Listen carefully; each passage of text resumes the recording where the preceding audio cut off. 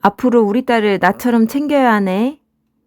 상견례장에서 예비 안사돈이 제 아들을 보며 한 말입니다. 저는 그 말이 그저 농담인 줄 알았습니다. 그런데 저희 아들은 그 말을 듣고 잠시도 망설이지 않더군요. 예, 장모님. 노력하겠습니다. 그 순간 제 가슴이 철렁 내려앉았습니다. 안사돈은 멈추지 않았어요.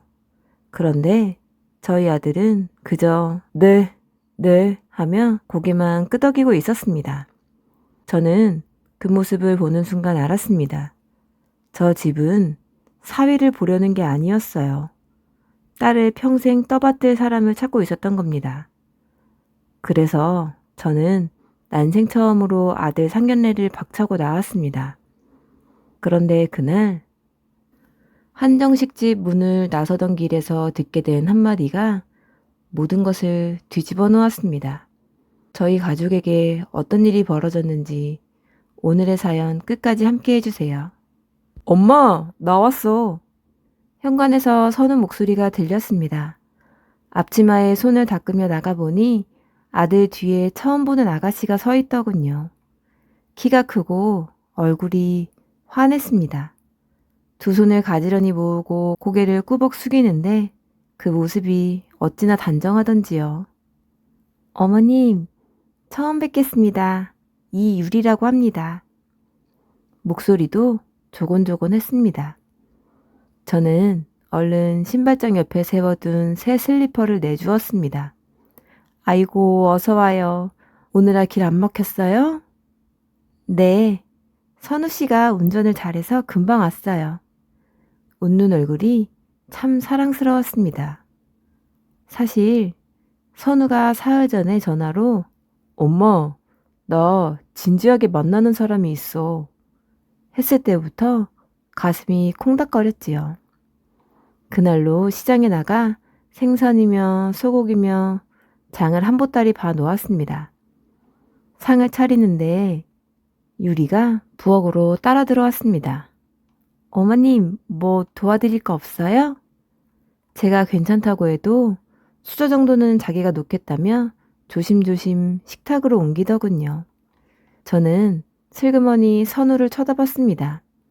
아들은 그저 수줍게 웃기만 하더군요. 밥을 먹으면서 이런저런 이야기를 나눴습니다. 직장은 어디냐, 둘이 만난 지는 얼마나 됐는지요. 회사에서 알게 됐는데 만난 지는 2년쯤 됐어요. 대답도 또박또박 잘했습니다. 유리는 잡채도 맛있게 먹고 갈비찜도 연신 맛있다고 했습니다. 그러다 된장찌개를 한 번 더 떠가는데 그렇게 예쁠 수가 없었습니다. 어머님, 갈비찜이 정말 맛있어요. 직접 하신 거예요? 잡채도 너무 맛있고 된장찌개도 정말 너무 구수해요. 음, 별거 없어요. 계속 하다 보면 다 하게 돼 있어요. 아, 어머님, 말씀 편하게 해주세요. 선우가 옆에서 거들었습니다. 우리 엄마 된장찌개는 진짜 최고지. 유리가 까르르 웃었습니다. 제가 끓인 찌개를 두 그릇이나 비우는 걸 보니 그렇게 예쁠 수가 없었습니다. 유리가 돌아가고 설거지를 마친 뒤 저는 선우 옆구리를 쿡 찔렀습니다. 유리가 참 곱게 생겼네. 그치? 엄마 마음에 들지? 선우 너 사람 보는 눈 있구나. 아들이 해벌쭉 웃었습니다. 그러다 문득 한 가지가 궁금해서 물었습니다. 그래, 그댁 어머님은 어떤 분이시니? 선우가 잠깐 머뭇거렸어요. 왜? 아니, 그냥 궁금해서. 아, 만나보면 알아. 그러고는 웃으며 말을 이었습니다. 딸을 워낙 귀하게 키우신 분이요. 귀하게 안 키우는 부모가 어디 있니? 다 그렇지 뭐. 저는 대수롭지 않게 넘겼습니다. 그리고 아까 설거지해 놓은 그릇들을 마른 행주로 닦았죠. 그날 밤 옆집 김씨 아주머니한테 전화를 걸었습니다. 형님, 우리 선우가 색식감을 데려왔는데 글쎄, 어찌나 참한지. 아유, 잘 됐네. 선우가 벌써 장가를 다 가고. 동생은 걱정 없겠다. 수학에 넘어 부러워하는 목소리에 괜히 어깨가 으쓱했습니다. 얼마 뒤 양가가 시내 한정식 집에서 상견례를 하기로 날을 잡았습니다. 저는 장롱 깊숙이 넣어둔 아이보리 정장을 꺼냈습니다. 남편 보내고 5년 만에 처음 꺼내보는 옷이었죠. 남편이 떠나기 전 옷 한 벌 해주고 싶다며 백화점에서 사준 옷이었습니다. 예비 안 사돈 드릴 선물도 곱게 포장해 두었습니다. 유명한 단골 한과집에서 제일 좋은 걸로 한 상자 맞췄지요. 빈손으로 가면 안 되니까요. 거울 앞에서 옷매무새를 한참 다듬고 안방 남편 사진 앞에 가만히 섰습니다. 여보, 우리 아들 드디어 장가가겠네. 사진 속 남편은 5년째 그 자리에서 웃고 있었습니다. 남편이 살아서 함께 했다면 얼마나 좋아했을까 하는 생각이 스쳐 지나갔습니다. 우리 귀한 자식 선우가 이제 짝을 만났네요. 마음이 이렇게 설렌 게 얼마만인지 모르겠습니다. 현관을 나서다 말고 거울을 한 번 더 봤습니다. 메말랐던 입술에 분홍 립스틱도 오랜만에 발라봤지요. 택시를 잡아타고 한정식 집으로 향하는데 창밖 풍경마저 환해 보였습니다. 약속한 한정식 집은 한복판에 작은 정원이 있는 깔끔한 집이었습니다. 종업원이 안내한 방에 들어가 있으니 선우가 먼저 와 넥타이를 매만지고 있더군요. 엄마, 안 떨려? 떨리긴 뭐가 떨려. 말은 그렇게 했지만 손에 쥔 한과 상자가 자꾸 미끄러졌습니다. 따뜻한 보리차를 한 모금 마시며 문 쪽을 자꾸 쳐다봤지요. 그때 복도에서 또각또각 구두 소리가 들려왔습니다. 선우가 문 쪽을 힐끗 보더니 괜히 넥타이를 한 번 더 고쳐 맸습니다. 그때까지만 해도 저는 몰랐습니다. 그 상견례에서 제가 난생 처음으로 아들 결혼을 반대하게 되는 날이 올 줄은요. 또각또각 소리가 방 앞에서 딱 멈췄습니다. 미닫이 문이 스르륵 열리고 예비 안사돈이 들어왔습니다. 한 손으로 딸 손을 꼭 잡은 채였지요. 마치 어린아이 데리고 나들이 나온 것처럼요. 어머, 일찍들 와 계셨네. 저는 얼른 일어나 인사를 했습니다. 안녕하세요. 예비 안사돈. 오시느라 고생 많으셨어요. 준비해간 한과 상자를 두 손으로 내밀었습니다. 별거 아니지만 받으세요. 안사돈은 상자를 힐끗 보더니 옆자리에 슬쩍 내려놓았습니다. 아유, 이런 걸 뭐하러 사오셨어? 그러고는 딸을 먼저 상석에 앉히더군요. 의자에 있던 방석을 손바닥으로 탁탁 털어 자리를 봐주고 자기도 그 옆에 바짝 붙어 앉았습니다. 예비 며느리는 며칠 전 우리 집에서처럼 곱게 웃으며 고개를 숙였지요. 어머님 안녕하세요. 그 인사는 여전히 참했습니다. 그 모습만 보면 어디 하나 흠잡을 데가 없었지요. 자리에 앉자마자 안사돈이 종업원을 불렀습니다. 여기 에어컨 좀 약하게 해주세요. 우리 애가 찬바람 쐬면 목이 잠겨서. 종업원이 리모컨을 만지러 나갔습니다. 곧이어 다른 종업원이 들어와 물을 따랐습니다. 안사돈이 컵을 들여다보더니 손을 들었어요. 저기, 여기 그냥 생수 말고 에비앙 생수는 없나요? 종업원이 잠깐 멈칫했습니다. 죄송합니다, 손님. 말씀하신 생수는 따로 없고 정수기 물밖에. 우리 애는 물도 아무거나 못 마셔요. 속이 예민해서. 저는 들고 있던 물컵을 슬그머니 내려놓았습니다. 물도 아무거나 못 마신다니 그게 무슨 말인가 싶었지요. 이어서 예비 안싸돈이 메뉴판을 펼쳤습니다. 나오는 음식 중에 돼지고기 들어가는 건 전부 빼주시고요. 대신 고기는 한우 2플러스로만 넣어주세요. 우리 딸은 특등급 아니면 입에도 안 돼요. 종업원이 난감한 얼굴로 받아 적었습니다. 그리고 매운 건 못 먹으니까 양념은 순하게, 설탕 말고 천연꿀 쓰시면 좋겠네요.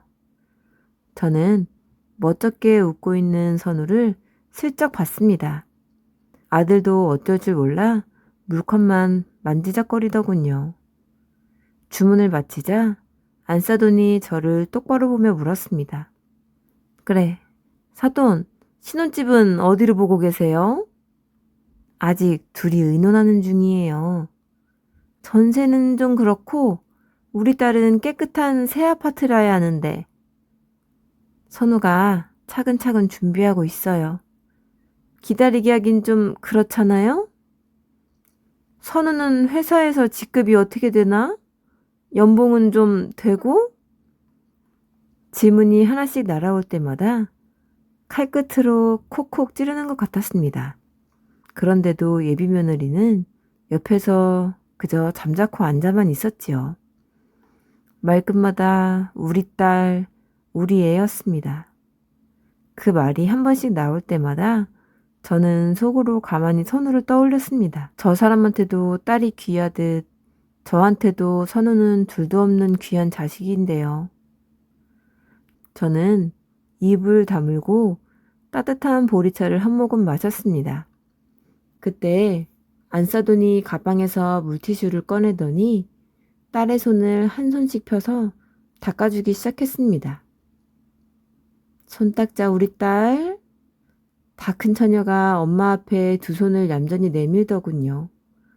예비 며느리는 민망한 듯 웃지도 못하고 가만히 손만 맡기고 있었습니다. 그 광경에 저도 모르게 눈이 둥그레졌습니다. 저쪽에 있던 종업원도 슬쩍 시선을 돌리는 게 보였지요. 사돈은 자제분이 선우 하나뿐이세요? 네, 하나예요. 바깥 어른은 먼저 보냈어요. 한 5년 됐네요. 아이고, 그럼 혼자 된 지 꽤 되셨네. 그 말투에는 위로보다 가늠하는 기운이 더 짙어 보였습니다.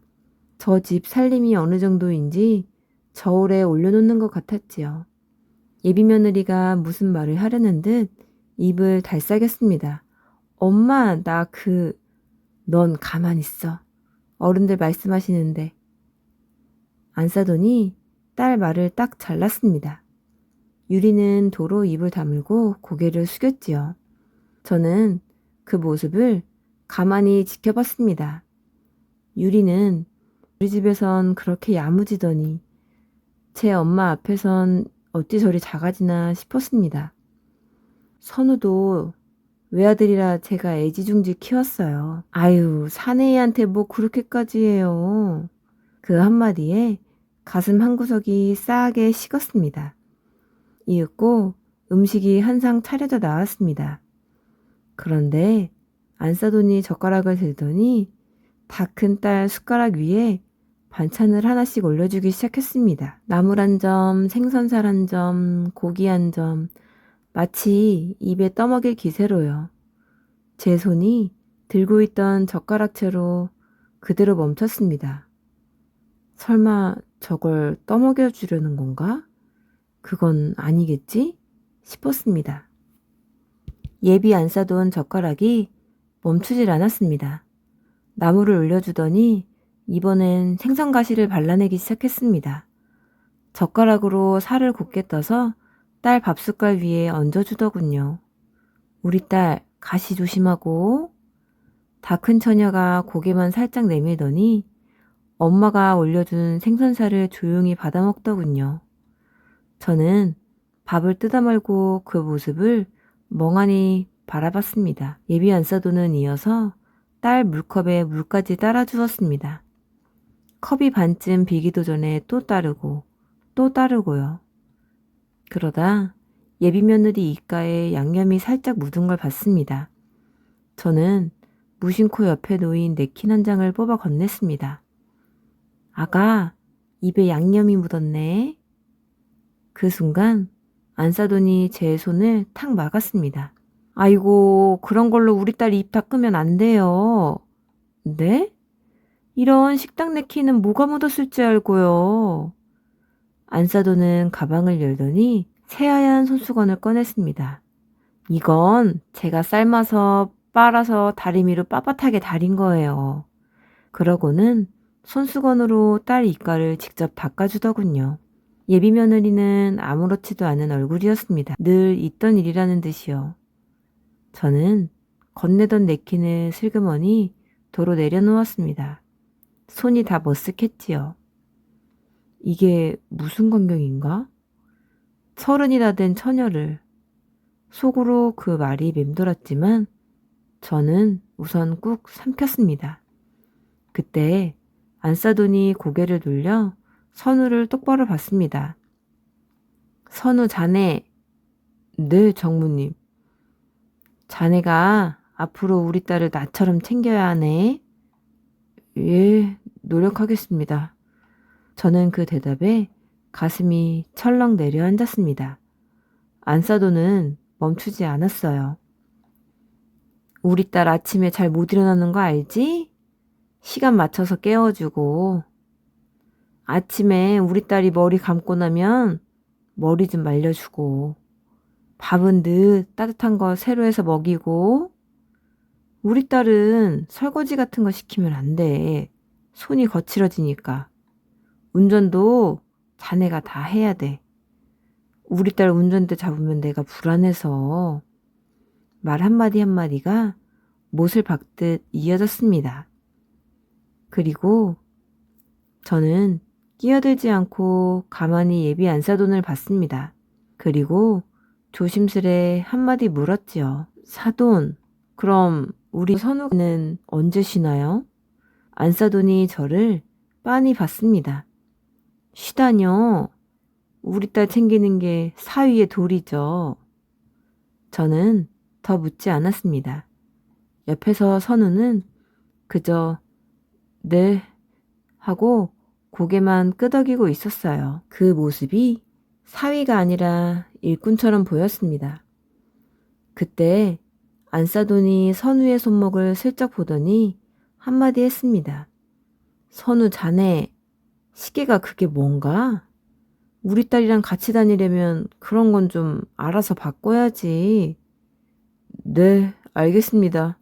저는 그 말에 숟가락을 든 손에 힘이 들어갔습니다.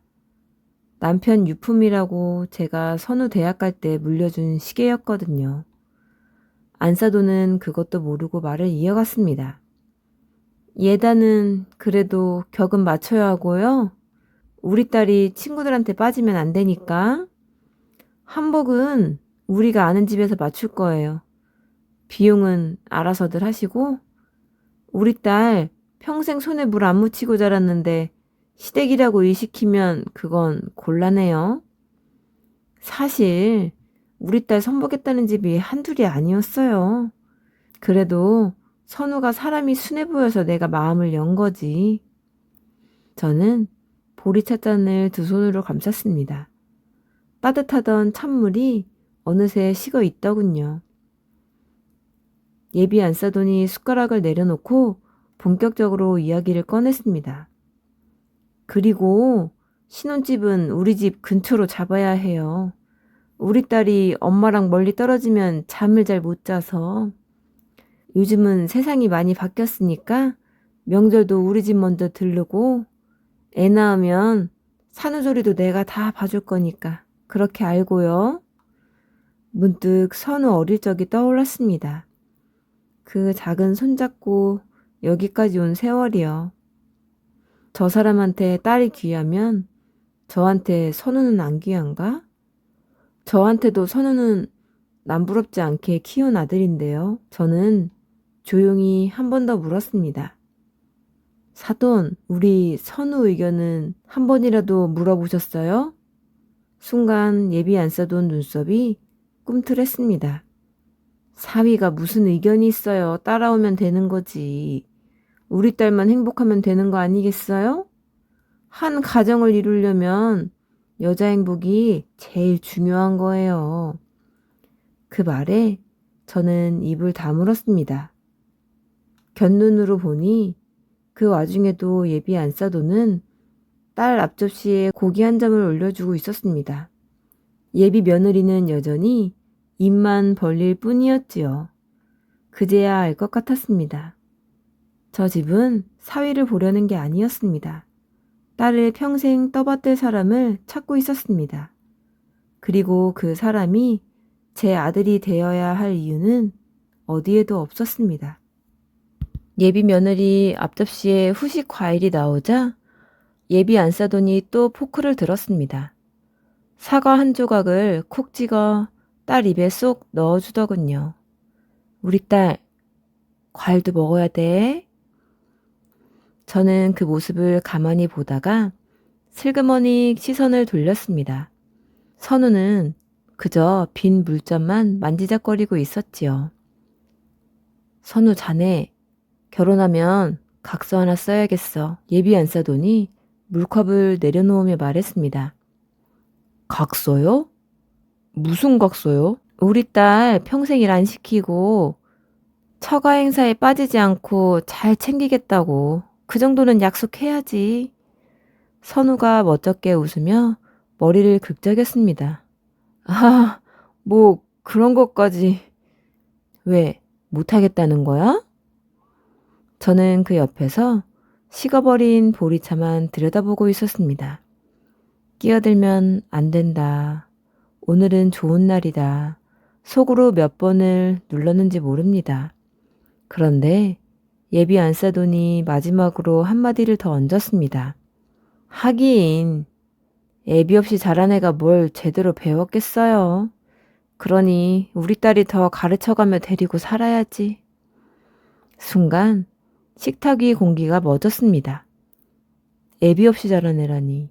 그 한마디에 남편 영정 앞에 혼자 서서 선우 손잡고 울던 밤들이 한꺼번에 스쳐 지나갔습니다.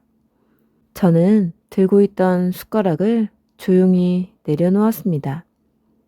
예비사돈, 왜요? 죄송합니다. 뭐가요? 저는 이 결혼 못 시키겠습니다. 짧은 정적이 흘렀습니다. 안사돈 얼굴이 벌겋게 달아올랐어요. 지금 뭐라고 했어요? 없던 일로 하자고요? 네.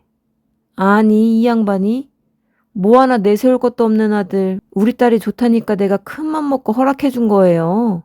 그걸 고마운 줄도 모르고 우리 딸 좋다는 남자가 줄을 섰어요, 줄을. 보다 못한 선우가 입을 열었습니다. 장모님, 저희 어머니한테 그렇게 말씀하시는 건 자네는 빠져. 사내가 낄 때 못 낄 때 구분을 못하나? 저는 선우 무릎에 손을 가만히 얹었습니다. 됐다 하는 뜻으로요. 그러고는 식은 보리차 잔을 옆으로 밀어두고 예비 안사돈을, 아니 유리 엄마를 똑바로 봤습니다. 예, 그래서 더 말리는 겁니다. 그 줄 선 남자들 중에서 우리 아들은 빼주세요. 안사돈 입이 떡 벌어졌습니다. 저는 한자 한자 또박또박 말했습니다. 따님이 귀한 거 압니다. 그런데요, 우리 선우도 제가 새벽밥 지어 먹여가며 손에 물 마를 날 없이 정성으로 키운 자식입니다.